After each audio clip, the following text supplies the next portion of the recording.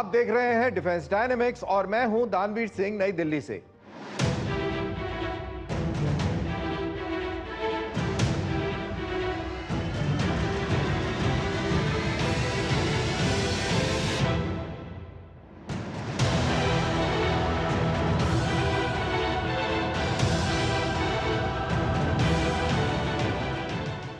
अपने स्वतंत्रता दिवस के संबोधन में भारत के प्रधानमंत्री श्री नरेंद्र मोदी ने कुछ महत्वपूर्ण डिफेंस इनिशिएटिव्स का अनावरण किया।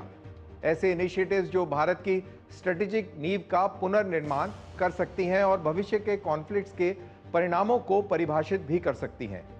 उनमें से एक है प्रोजेक्ट सुदर्शन चक्र और दूसरा भारत का अपना जेट इंजन, जिसको बनाने पर पीएम मोदी ने जोर दिया।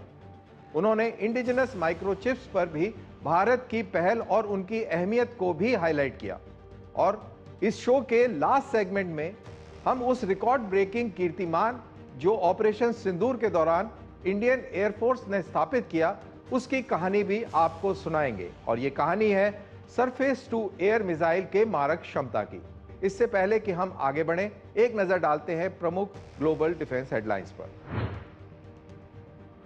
भारत की रक्षा शक्ति को मजबूत करते हुए केंद्र सरकार ने 97 स्वदेशी लड़ाकू विमान LCA Mark 1A खरीदने की मंजूरी दे दी है। ये डील लगभग 62,000 करोड़ की है और ये विमान हिंदुस्तान एरोनॉटिक्स लिमिटेड यानी HAL बनाएगा। DRDO का ARDE यानी armament research and development establishment 12.7 mm की हैवी मशीन गन और 20 mm के हेलीकॉप्टर कैनन्स बनाएगा। यह हथियार मेक इन इंडिया पहल का हिस्सा है। इससे भारत की मारक क्षमता और आत्मनिर्भरता का लक्ष्य मजबूत होगा।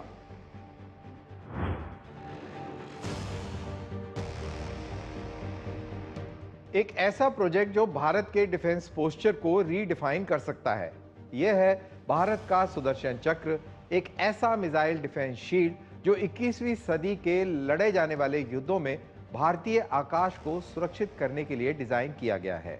इस सेगमेंट में हम जानेंगे क्या है सुदर्शन चक्र, भारत को इसकी आवश्यकता क्यों है और वर्तमान में भारत की काबिलियतें क्या हैं और सुदर्शन चक्र को इतना अलग क्या बनाता है।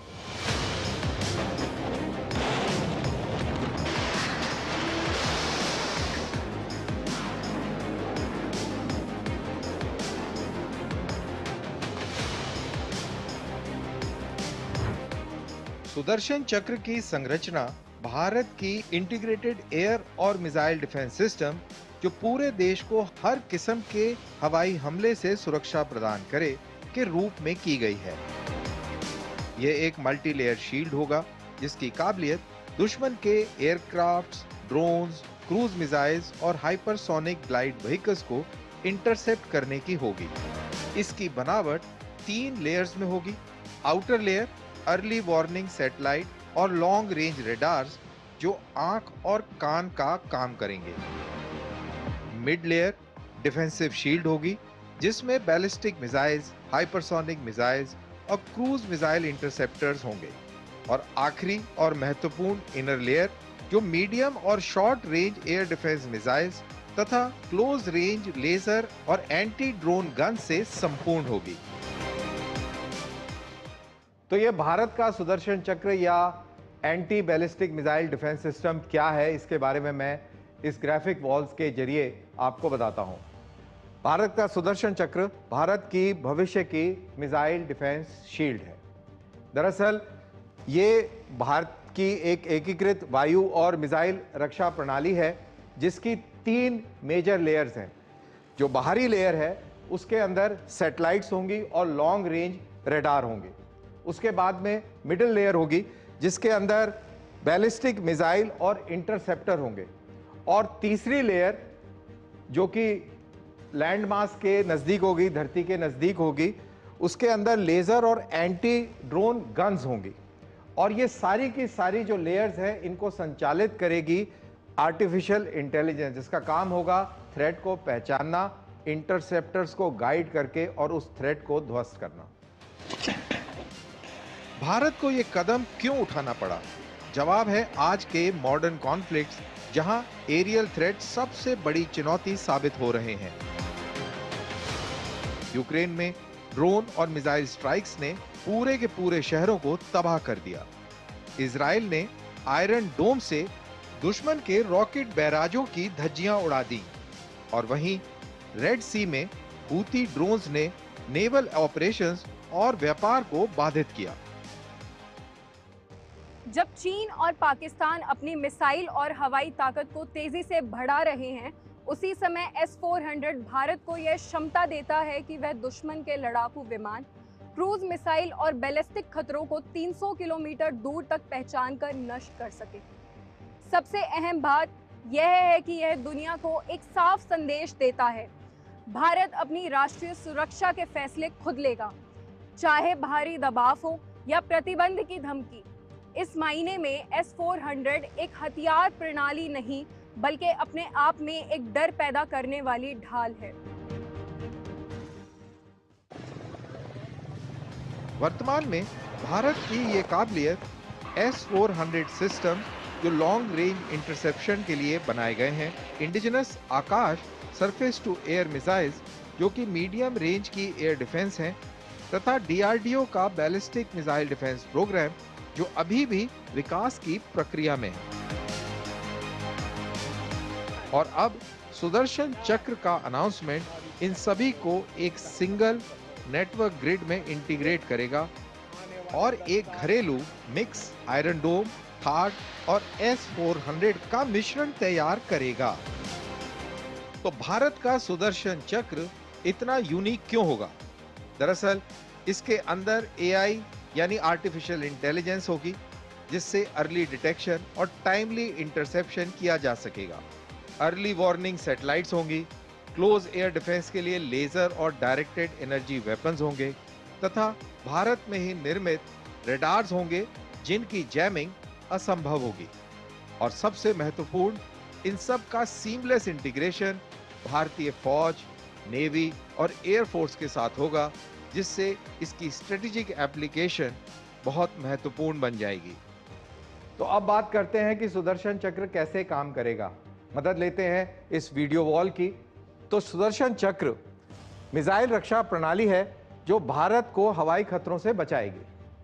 और जब भारत के ऊपर खतरा पैदा होगा तो हमारे डिटेक्टर्स जो कि स्पेस के अंदर होंगे, सैटेलाइट के माध्यम से, और लॉन्ग रेंज रडार्स होंगे, वो थ्रेट को डिटेक्ट करेंगे और इंटरसेप्टर्स को इंफॉर्मेशन देंगे। और जैसे ये इंफॉर्मेशन जाएगी तो मिसाइल डिफेंस जो है, मिसाइल रक्षा कवच जो है वो सक्रिय हो जाएगा। और ये हमने इस तरीके से ये रक्षा कवच दर्शाया है, पूरे लैंड मास के ऊपर ये सक्रिय हो जाएगा और जो इंटरसेप्टर्स हैं वो तैयार हो जाएंगे।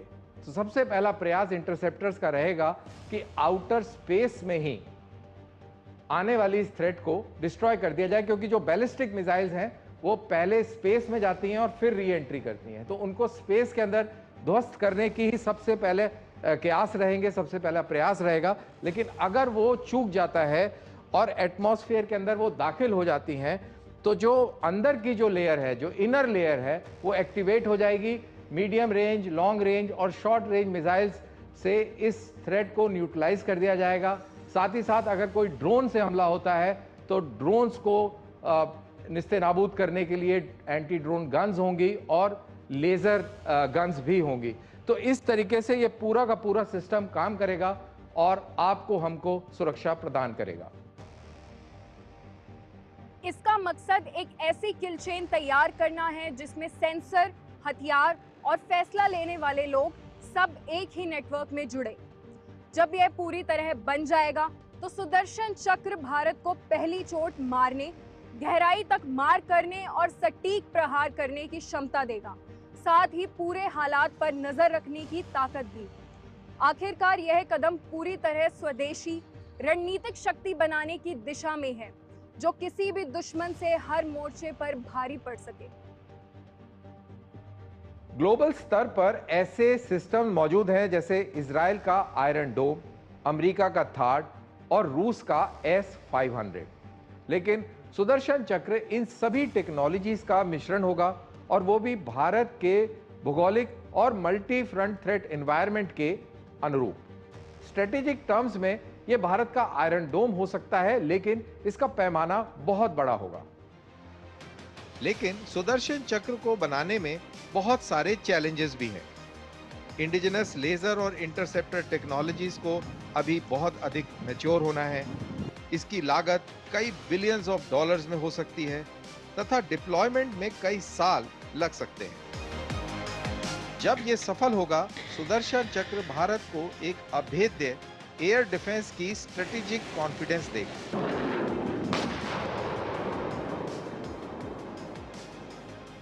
एक कल्पना से वास्तविकता तक सुदर्शन चक्र भारत की अपनी ढाल बनाने के दृढ़ संकल्प को दर्शाता है। ये काफी महत्वाकांक्षी है, चैलेंजिंग है, लेकिन ड्रोन, स्वॉर्म्स और हाइपरसोनिक मिसाइल के युग में यह वही हथियार हो सकता है जो भारत का भविष्य सुरक्षित करेगा। फाइटर जेट्स किसी भी एयरफोर्स के मुकुट की मणि होते हैं। उनकी स्पीड्स, फुर्तीलापन और फायर पावर सभी को आकर्षित करती है, लेकिन उन्हें उड़ाने वाली तकनीक जेट इंजन दुनिया की सबसे कठिन टेक्नोलॉजीज में से एक है। भारत के लिए फाइटर्स बनाना संभव रहा, लेकिन इंजन्स ये सबसे बड़ी चुनौती रही है।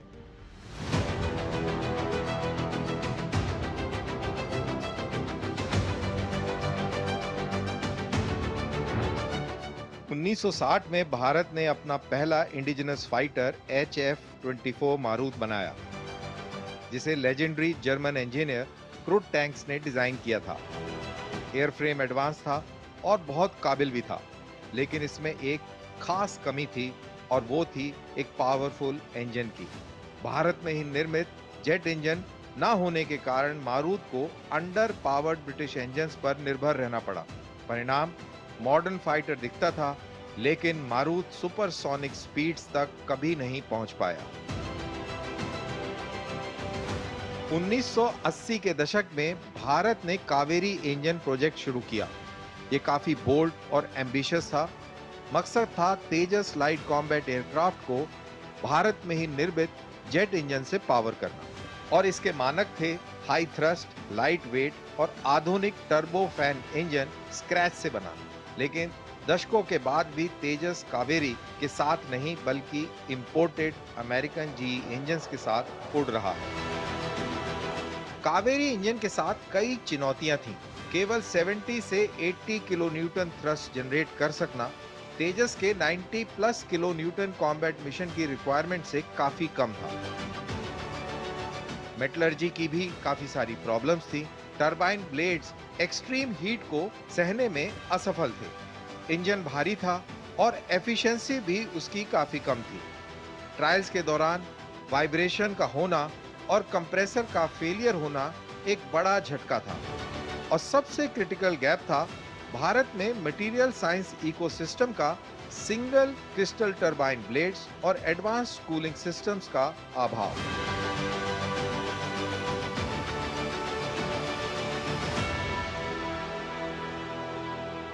जेट इंजन बनाना इतना मुश्किल क्यों है? उत्तर है साइंस, इंजीनियरिंग और धैर्य में। फाइटर इंजन्स को अपने मेटल पार्ट्स के मेल्टिंग पॉइंट से ज्यादा हीट सहन करनी होती है, मैसिव थ्रस्ट डिलीवर करनी होती है। एक छोटा सा डिफेक्ट जानलेवा और घातक हो सकता है। सिर्फ मुट्ठी भर देश जैसे United states, United kingdom, France और रूस इस कला में माहिर हैं। आज भारत ग्लोबल पार्टनर्स जैसे फ्रांस का साफरान, यूएस का GE, इनके साथ मिलकर फ्यूचर इंजन्स को डेवलप कर रहा है। टारगेट में है एमका को भारत में निर्मित या जॉइंटली डेवलप्ड इंजन के साथ पावर करना, और सपना है डिपेंडेंसी खत्म करना और प्रोपल्शन में सही मायने में आत्मनिर्भरता हासिल करना। मारुत की कमजोर दहाड़ से कावेरी के अपूर्ण सपने तक भारत की इंजन की कहानी एक महत्वाकांक्षा और निराशा की रही है। लेकिन ग्लोबल पार्टनर्स और नई टेक्नोलॉजीज के साथ काम जारी है। उम्मीद है कि भविष्य में भारतीय जेट स्वदेशी फाइटर इंजन के साथ उड़ेंगे। ये क्षण असल में आसमान में वास्तविक स्वतंत्रता का प्रतीक होगा। आज के युद्ध क्षेत्रों में हथियार सिर्फ लोहे और गोला बारूद नहीं है। सच्ची शक्ति एक नाखून जितने बड़े सिलिकॉन चिप में निहित है। फाइटर जेट से सबमरीन्स तक, मिसाइल से सैटेलाइट्स तक, माइक्रोचिप्स मॉडर्न डिफेंस के हिडन ब्रेन है।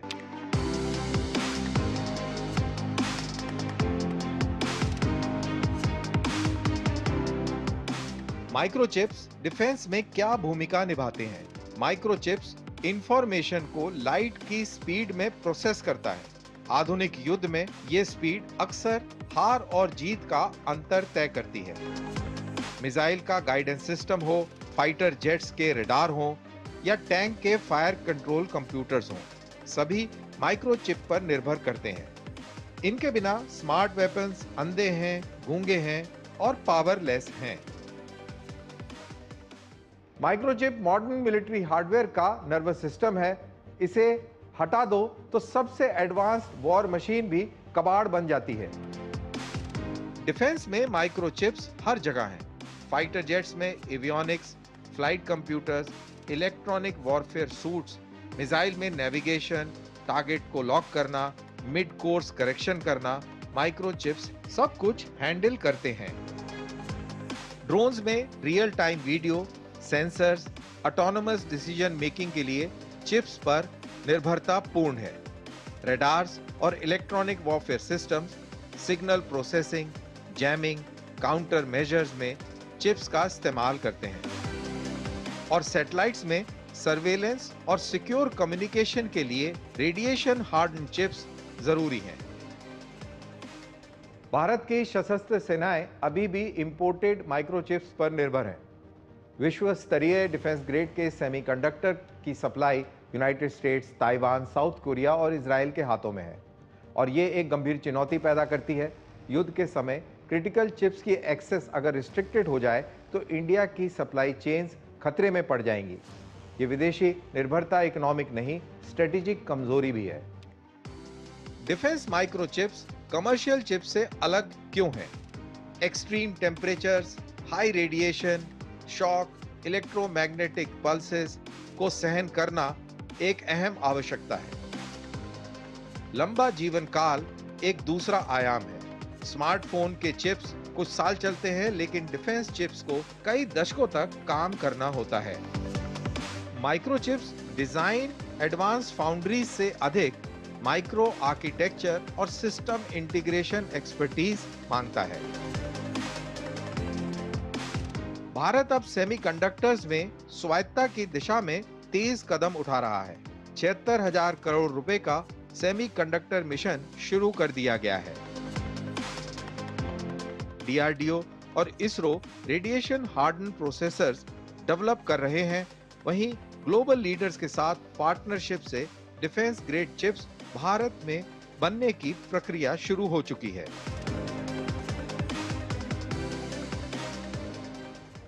आज के मॉडर्न वॉरफेयर में माइक्रोचिप्स उतने ही महत्वपूर्ण हैं जितने पुराने समय में तोपों के गोला बारूद हुआ करते थे। भारत की चुनौती ये सुनिश्चित करना है कि हथियार, सैटेलाइट्स, फाइटर जेट्स घरेलू चिप से ही चलें। कल के युद्ध में जीत मिसाइल साइज पर नहीं बल्कि चिप की पावर पर निर्भर होगी। मॉडर्न एरियल वॉरफेयर में कुछ पल बहुत ही निर्णायक होते हैं, जैसे भारत पाक में चली 4 दिन की लड़ाई ऑपरेशन सिंदूर के दौरान देखने को मिली। ऑपरेशन ने इंडिया की बहुआयामी सैन्य क्षमता दिखाई, लेकिन सबसे यादगार 2 अचीवमेंट्स रहे।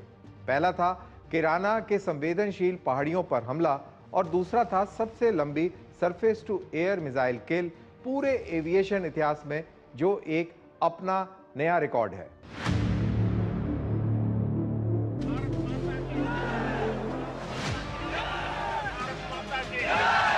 भारत माता की जय मैदान में भी गूंजती है और मिशन में भी। इस अद्भुत कीर्तिमान के पीछे था रूस का S-400 ट्रायम्फ, जिसको चला रहे थे भारतीय वायुसेना के जाबाज। इस सिस्टम की पहुंच और सटीकता ने पाकिस्तान एयरफोर्स के airborne early warning and control aircraft, जिसकी कीमत लगभग 160 मिलियन $US की थी, यानी पाकिस्तान एयरफोर्स का साब प्लेटफॉर्म, जो लगभग 300 किलोमीटर की दूरी पर उड़ान भर रहा था और उसको इंटरसेप्ट करके तबाह कर दिया गया। ये मॉडर्न एयर डिफेंस की सबसे लंबी दूरी की मारक थी और अब आधुनिक युद्ध में नई बाउंड्रीज को रीडिफाइन करती है। भारत ने रूस से 5.43 बिलियन यूएस डॉलर्स में 5 S-400 की बैटरीज को खरीदा था। आलोचकों ने सवाल खड़े किए थे और अमेरिका ने भारत के ऊपर सैंक्शंस लगाने की धमकी भी दी थी, लेकिन लॉजिक बड़ा स्पष्ट था। 600 किलोमीटर की ट्रैकिंग रेंज और 400 किलोमीटर का किल जोन बहुत महत्वपूर्ण था, क्योंकि S-400 के साथ लगभग पूरे पाकिस्तानी एयर स्पेस को डोमिनेट किया जा सकता था। पंजाब के आदमपुर एयरबेस से इंटरसेप्टर मिसाइल्स पाकिस्तान एयरफोर्स के सरगोदा एयरबेस के ऊपर उड़ते हुए F-16 को सिर्फ 65 सेकंड में ही मारा जा सकता था। ऑपरेशन सिंदूर में यह कयास सही साबित हुआ। सिस्टम ने एग्जैक्टली वही डिलीवर किया जो स्ट्रेटेजिस्ट ने सोचा था। डिसाइसिव लॉन्ग रेंज किल जो रीजनल बैलेंस को पुनः रीशेप करेगी। Pakistani airborne early warning and control aircraft को मार गिराना सिर्फ टेक्टिकल जीत ही नहीं थी, यह पाकिस्तान की एरियल डिफेंस के नर्व सेंटर यानी दिमाग पर एक घातक हमला था और उसी क्षण से पाकिस्तानी एयरफोर्स अंधी होकर धूल में लट चला रही थी। Aerial early warning and control aircraft की क्षति ने सर्वेलेंस और कमांड फंक्शंस को तार-तार कर दिया था। कई पाकिस्तानी फाइटर जेट्स बम निरोधक शेल्टर्स में ही तबाह कर दिए गए, अंतरिक्ष में भारत की सैटेलाइट इंटेलिजेंस की मदद से। पूरे पाकिस्तान की सामरिक शक्ति अब तबाही के मुहाने पर खड़ी थी। पाकिस्तान के जर्नैल अपना कॉन्फिडेंस खो बैठे थे। पाकिस्तान ने जब साब एयर-आई airborne early warning and control system लिया था, तो उसकी वायुसेना की नज़र और युद्ध संचालन क्षमता बहुत बढ़ गई थी। साब 2000 विमान पर लगे इस सिस्टम से पाकिस्तान हवाई लक्ष्यों को भारत की हद में गहराई तक देख सकता था और साथ ही अपने लड़ाकू विमानों और एयर डिफेंस को रियल टाइम में नियंत्रण तक ला सकता था। इससे पाकिस्तान की वायुसेना तेज फैसले ले पाती थी और बेहतर तालमेल से ऑपरेशन करती थी। लेकिन जब साब एयर-आई के नष्ट होने से पाकिस्तान की वायुसेना को बड़ा झटका लगा है। वह भारत के खतरे के सामने मानो अंधी और बेजान हो गई है।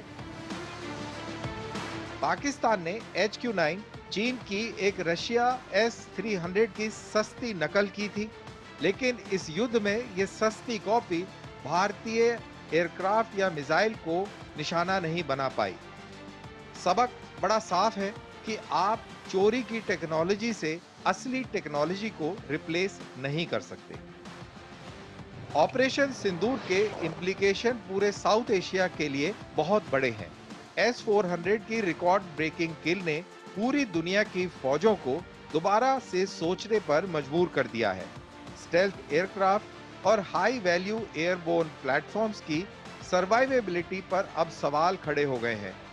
अगर ट्रायम्फ जैसे सिस्टम पूरी दुनिया के अंदर फैलते हैं तो ग्लोबल एयरक्राफ्ट मैन्युफैक्चरर्स को नए काउंटर मेजर्स बनाने होंगे।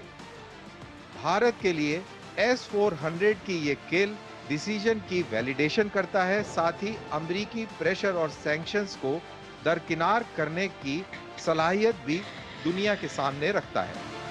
लेकिन भारत के प्रतिद्वंदियों के लिए ये मैसेज बहुत साफ है। S-400 के युग में डिस्टेंस से कोई डिफेंस तय नहीं होगी। जमाना बदल चुका है।